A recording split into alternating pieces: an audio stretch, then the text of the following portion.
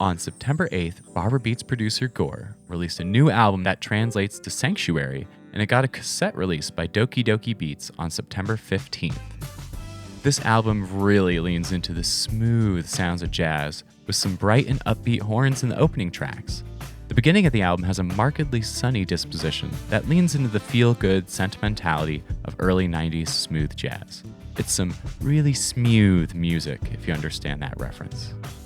As the album approaches the B-side, the tone downshifts back to the classic Barber Beats chill out, but it doesn't veer into the melancholy or dolorous elements found in more lo-fi Barber Beats albums.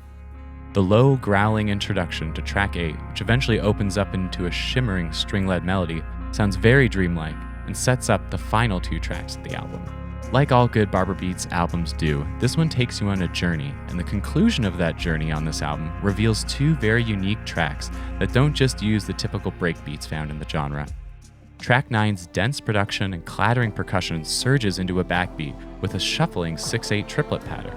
The track has a unique feel with floating snippets of wah-wah guitar, cello solos, trumpets, and swelling synths.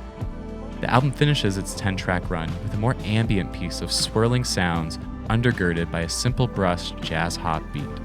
It's a mellow ending to a really engaging album that never gets too dark, and it basks in the glow of the really smooth music from its congenial beginning to its contemplative ending.